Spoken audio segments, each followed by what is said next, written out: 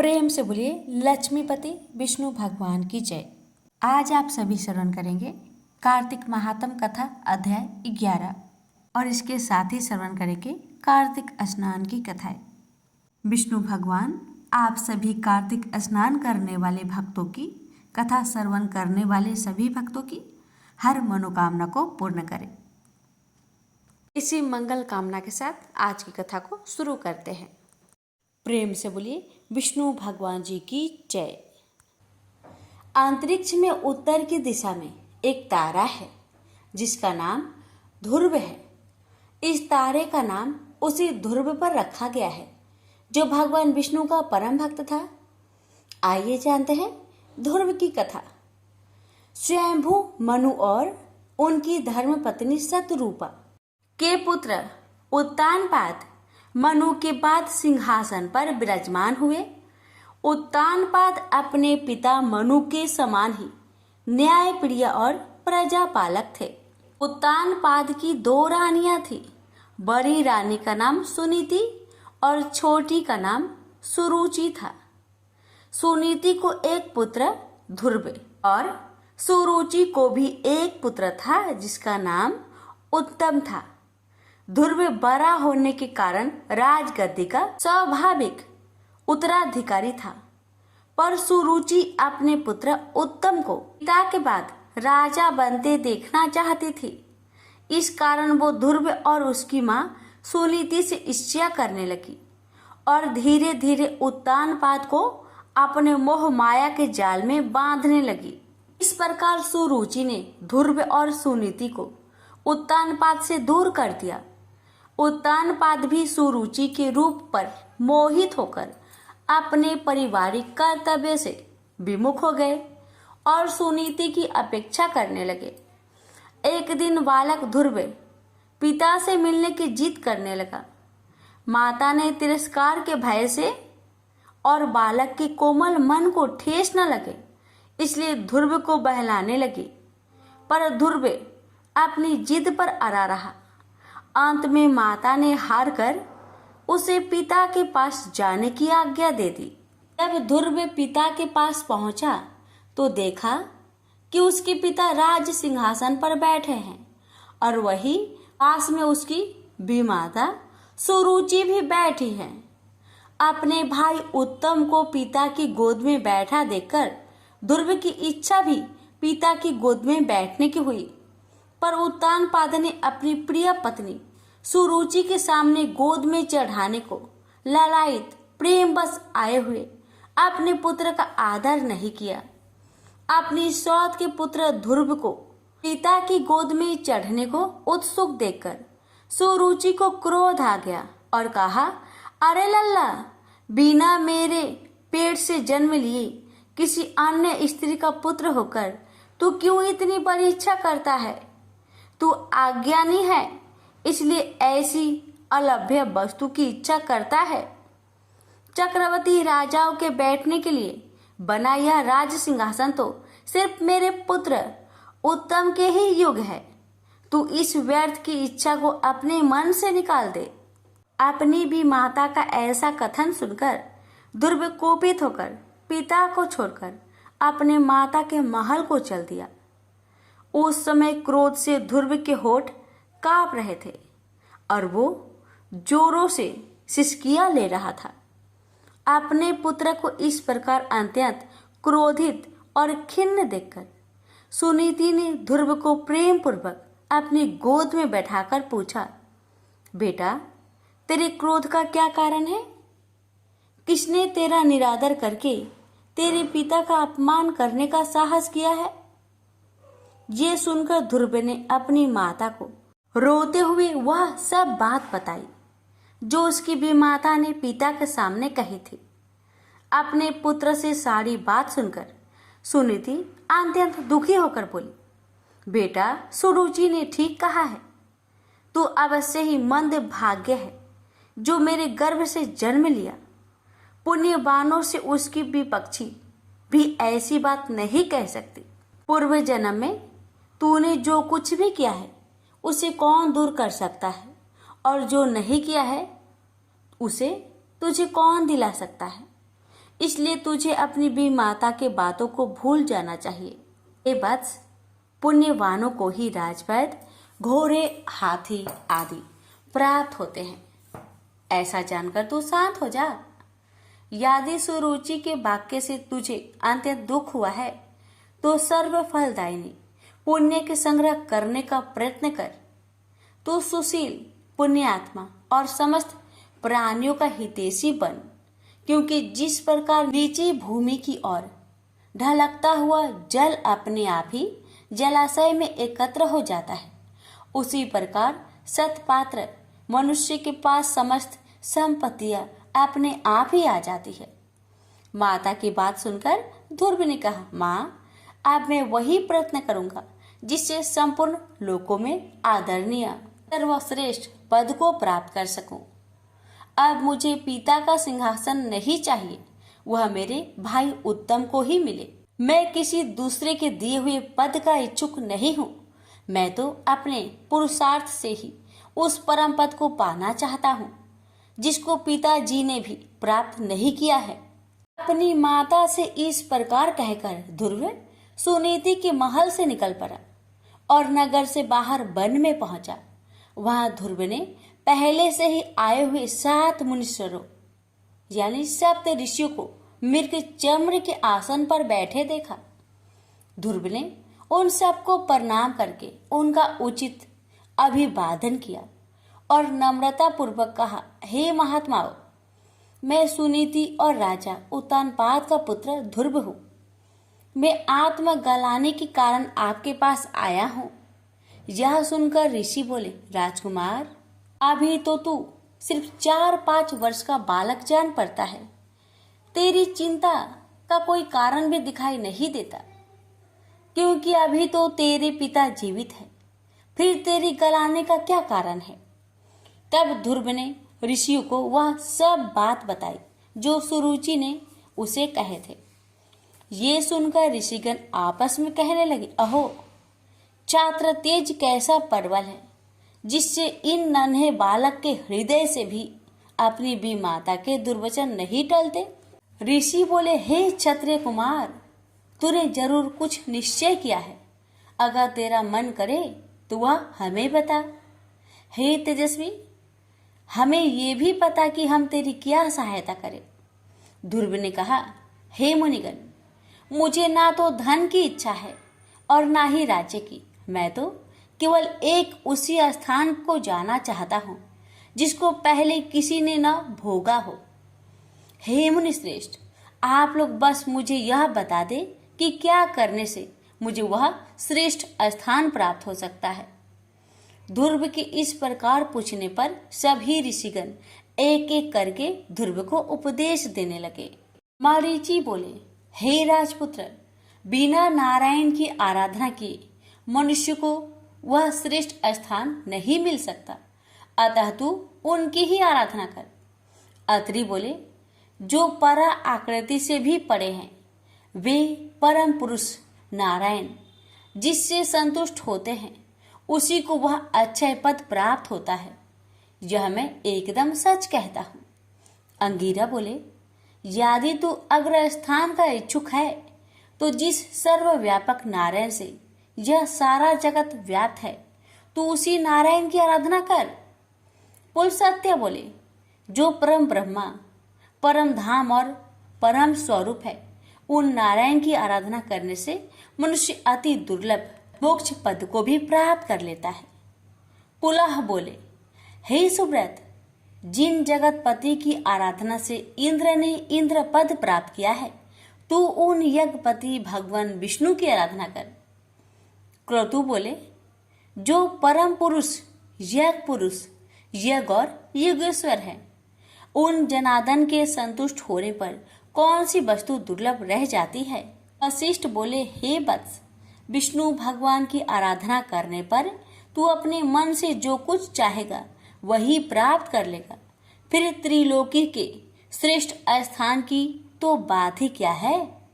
ध्रुव ने कहा, हे महर्षिगण, आप लोगों ने मुझे आराध्य देव तो बता दिया, आप कृपा करके मुझे ये भी बता दीजिए कि मैं किस प्रकार उनकी आराधना करूं। ऋषिगण बोले, हे राजकुमार, तू समस्त ब्रह्मा विषयों से चित्त को हटाकर उस एकमात्र नारायण में अपने मन को लगा दे और एकाग्रचित होकर ओम नमो भगवते वासुदेवाय इस मंत्र का निरंतर जाप करते हुए उनको प्रसन्न कर। ये सब सुनकर ध्रुव उन ऋषियों को प्रणाम करके चल दिया और यमुना के तट पर अति पवित्र मधु नामक वन में पहुंचा, जिस मधुवन में नित्य श्री हरि का सानिध्य रहता है। उसी सर्व पाप हरि तीर्थ में ध्रुव कठोर तपस्या करने लगा।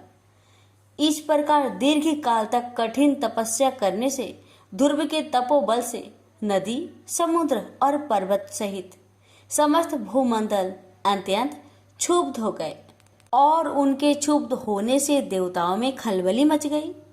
तब देवताओं ने अत्यंत व्याकुल होकर इंद्र के साथ परामर्श करके ध्रुव का ध्यान भंग करने का आयोजन किया। देवताओं ने माया से कभी हिंसक जंगली पशुओं के द्वारा तो कभी राक्षसों के द्वारा ध्रुव के मन में भय उत्पन्न करने की कोशिश की, परंतु विफल रहने पर ध्रुव की माता के रूप में भी उसका ध्यान भंग करने का प्रयत्न किया, पर ध्रुव एकाग्रचित होकर सिर्फ भगवान विष्णु के ध्यान में ही लगा रहा और किसी की ओर देखा तक नहीं। जब सब प्रकार के प्रयत्न विफल हो गए तो देवताओं को बड़ा भय हुआ और सब मिलकर श्री हरि की शरण में गए। देवता बोले, हे जनार्दन, हम उत्तानपाद के पुत्र की तपस्या से भयभीत होकर आपकी शरण में आए हैं। हम नहीं जानते कि वह इंद्रपद चाहता है या उसे सूर्य, वरुण या चंद्रमा के पद की अभिलाषा है। आप हम पर प्रसन्न होइए और उसे तप से निवृत्त कीजिए। श्री भगवान बोले, हे देवगण, उसे इंद्र, सूर्य, वरुण, कुबेर आदि किसी की पद की अभिलाषा नहीं है। आप सब लोग निश्चिंत होकर अपने स्थान को जाइए। मैं तपस्या में लगे हुए उस बालक की इच्छा को पूर्ण करके उसे तपस्या से निवृत्त करूंगा। श्री हरि की ऐसे कहने पर देवगण उन्हें प्रणाम करके अपने स्थान को चले गए। भगवान विष्णु अपने भक्त ध्रुव की कठिन तपस्या से संतुष्ट होकर उसके सामने प्रकट हुए। श्री भगवान बोले, हे उत्तानपाद के पुत्र ध्रुव, तेरा कल्याण हो। मैं तेरी तपस्या से प्रसन्न होकर तुझे वर देने के लिए प्रकट हुआ हूँ। मैं तुझसे अति संतुष्ट हूँ। अब तू अपनी इच्छा अनुसार वर मांग। भगवान विष्णु के ऐसे वचन सुनकर बालक ध्रुव ने आंखें खोली। ध्यान अवस्था में देखे हुए भगवान को शंख, चक्र, गदा और पद्म धारण किए हुए साक्षात अपने सामने खड़ा देखा।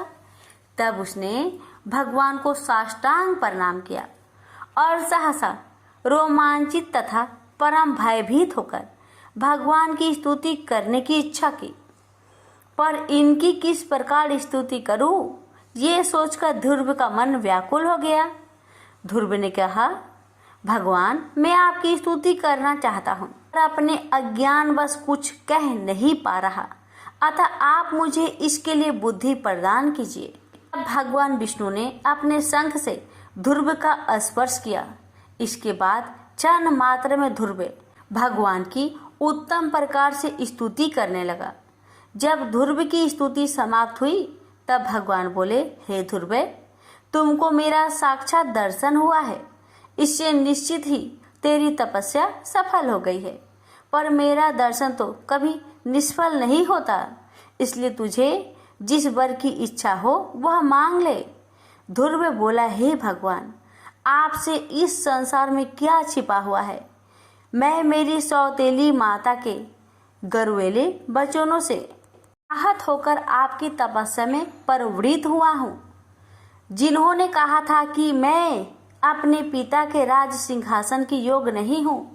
अतः हे संसार को रचने वाले परमेश्वर, मैं आपकी कृपा से वह स्थान चाहता हूँ जो आज तक इस संसार में किसी को भी प्राप्त ना हुआ हो।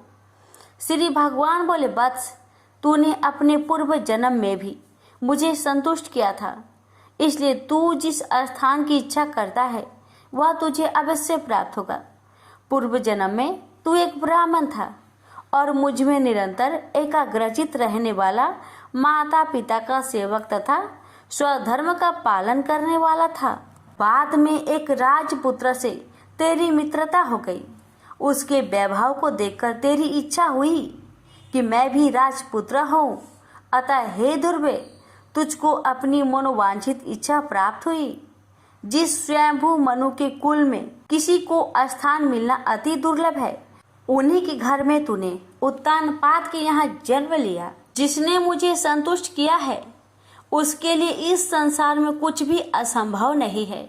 मेरी कृपा से तू निश्चय ही उस स्थान को प्राप्त करेगा जो त्रिलोकी में सबसे उत्कृष्ट है और समस्त ग्रहों और तारा मंडल का आश्रय है। मेरे प्यारे भक्त ध्रुवे, मैं तुझे वह निश्चल ध्रुव स्थान देता हूँ जो सूर्य, चंद्र आदि ग्रहों, सभी नक्षत्रों और सप्त ऋषियों से भी ऊपर है। तेरी माता सुनीति भी वहाँ तेरे साथ निवास करेगी और जो लोग प्रातः काल और संध्या काल तेरा गुणगान करेंगे उन्हें महान पुण्य प्राप्त होगा। धन्य है ध्रुव की माता सुनीति, जिसने अपने हितकर वचनों से ध्रुव के साथ साथ स्वयं भी उस सर्वश्रेष्ठ स्थान को प्राप्त कर लिया। ध्रुव के नाम से ही उस दिव्य लोक को संसार में ध्रुव तारा के नाम से जाना जाता है। ध्रुव का मतलब होता है स्थिर, अपने स्थान से विचलित न होने वाला, जिसे भक्त ध्रुव ने सत्य साबित कर दिया। भक्त ध्रुव की कहानी में हमें यह शिक्षा मिलती है कि जिसके मन में दृढ़ निश्चय और हृदय में आत्मविश्वास हो, वह कठोर पुरुषार्थ के द्वार इस संसार में असंभव को भी संभव कर सकता है। प्रेम से बोलिए लक्ष्मी नारायण की जय। समय जब समुद्र का पुत्र जलंधर अपनी स्त्री वृंदा सहित असुरों से सम्मानित हुआ सभा में बैठा था, तभी गुरु शुक्राचार्य वहां पहुंचे, जिनके तेज से सब दिशाएं प्रकाशित हो गई। तब गुरु जी को आता देखकर असुरों सहित सागर पुत्र ने उठकर बड़े आदर से उन्हें प्रणाम किया। तेजस्वी गुरु जी ने सबको आशीर्वाद दिया। फिर उनको एक दिव्य आसन पर बैठाकर सब दैत्य भी यथा स्थान पर बैठ गए और सागर पुत्र ने नम्रता से यह प्रश्न किया, हे गुरुजी, राहु का सिर किसने काटा था? आप हमें यह बतलाए। इस पर श्री शुक्राचार्य जी ने विरोचन पुत्र हिरण्यकशिपु और उसके धर्मात्मा पौत्र का परिचय देकर देवताओं और असुरों द्वारा समुद्र मंथन की संक्षेप में कथा कहकर यह बतलाया कि जब समुद्र से अमृत निकला तो उस समय देवरूप बनाकर राहु भी अमृत पीने बैठ गया। इस पर इंद्र के पक्षपाती भगवान विष्णु ने राहु का सिर काट डाला। यह सुनने के साथ ही जलंधर के नेत्र लाल हो गए। उसने बड़ा क्रोध किया। फिर अपने धमसर नामक दूत को बुलाकर गुरु का कहा हुआ सब वृत्तांत सुनाया और आज्ञा दी कि तुम शीघ्र ही इंद्रपुरी में जाकर इंद्र को मेरी शरण में लाओ। धमसर जलंधर का बड़ा निपुण दूत था। वह शीघ्र ही इंद्र की सुधर्मा नामक सभा में जा पहुंचा और उसने जलंधर के शब्दों में इंद्र से कहा, हे देवता धम, तुमने समुद्र को क्यों माथा और मेरे पिता के सब रत्नों को क्यों ले लिया? ऐसा करके तुमने अच्छा नहीं किया। यदि तू अपना भला चाहता है तो उन सब रत्नों सहित देवताओं के साथ मेरी शरण में आ जा, अन्यथा हे सुराथम, मैं सत्य कहता हूँ कि तेरा राज्य ध्वंस कर दूंगा। यह सुनकर बहुत विस्मित हुआ और कहने लगा, पहले सागर ने मेरे भय से सब पर्वतों को अपनी कुक्षी में क्यों स्थान दिया और मेरे शत्रु दैत्य की क्यों रक्षा की? इसी कारण से मैंने उनके सब रत्न हरण किए हैं। मैं सत्य कहता हूँ कि मेरी द्रोही सुखी नहीं रह सकता। इंद्र की बात सुनकर वह दूत शीघ्र ही जलंधर के पास आया और सब बातें उसे कह सुनाई, जिसे सुनते ही वह दैत्य क्रोध के मारे अपने होठों को काटने लगा और देवताओं को जीतने के लिए उसने उद्योग आरंभ कर दिया। फिर तो सब दिशाओं तथा पाताल से करोड़ों दैत्य उसके पास पहुंच गए। शुभ निशुभ सेनापतियों को साथ लेकर जलंधर इंद्र से युद्ध करने लगा। ग्रही उसने इंद्र के नंदन वन में अपनी विशाल सेना उतार दी। वीरों की शंख ध्वनि और घोर गर्जन से इंद्रपुरी गूंज उठी। अमरावती छोड़कर देवता उनसे युद्ध करने चले गए। भयानक मार काट हुई। दोनों पक्षों के आचार्य अपने अपने मृतकों को जीवित करने लगे। असुरों के आचार्य गुरु शुक्र अपनी मृत संजीवनी विद्या से और देवगुरु बृहस्पति गिरी से औषधियां लाकर मृतकों को जिताते रहे। इस पर जलंधर ने अपने गुरु शुक्राचार्य जी से क्रोध होकर कहा, मेरे हाथ से मरे हुए देवता कैसे जीवित है? जिलाने वाली औषधियां तो सब आपके पास ही है, फिर यह कैसे संभव है? इस पर श्री शुक्राचार्य जी ने गुरुदेव श्री बृहस्पति जी द्वारा द्रोणागिरी से औषधि लाकर देवताओं को जिलाने की बात बताई। यह सुनकर जलंधर और भी क्रोध हो गया। श्री शुक्राचार्य जी ने कहा, क्रोध क्यों होते हो? यदि शक्ति है तो द्रोणागिरी पर्वत को उखाड़कर समुद्र में फेंक दो, तब मेरे कथन की सत्यता प्रमाणित हो जाएगी। इस पर जलंधर क्रोध होकर शीघ्र ही द्रोणागिरी पर्वत के पास जा पहुंचा और अपनी भुजाओं द्वारा उसे जड़ से उखाड़कर समुद्र में फेंक दिया। यह तो भगवान शंकर का तेज था, इसमें जलंधर की कोई विचित्रता नहीं थी। तत्पश्चात यह सागर पुत्र युद्ध भूमि में आकर बड़े वेग से देवताओं का संहार करने लगा। जब गुरु बृहस्पति औषधि लेने गए, द्रोणागिरी पर्वत पर पहुंचे तो द्रोणागिरी की जगह वहां पर उन्हें सूना मैदान मिला। तब वह भयभीत होकर देवताओं के पास आए और कहा कि युद्ध को बंद कर दो, तुम लोग अब जलंधर को नहीं जीत सकोगे। पहले इंद्र ने जो भगवान शंकर का अपमान किया था, यह उसी का फल है। यह सुनकर देवता युद्ध की आशा त्याग अत्यंत ही व्याकुल होकर इधर उधर भाग निकले। सिंधुसुत निर्भय होकर अमरावती में प्रविष्ट हो गया। इंद्र आदि सब देवताओं ने गुफा में शरण ली। प्रेम से बोलिए लक्ष्मी नारायण की जय, उमापति शंकर भगवान की जय। यहीं पर हमारी कार्तिक मास कथा अध्याय 11वां समाप्त हुआ।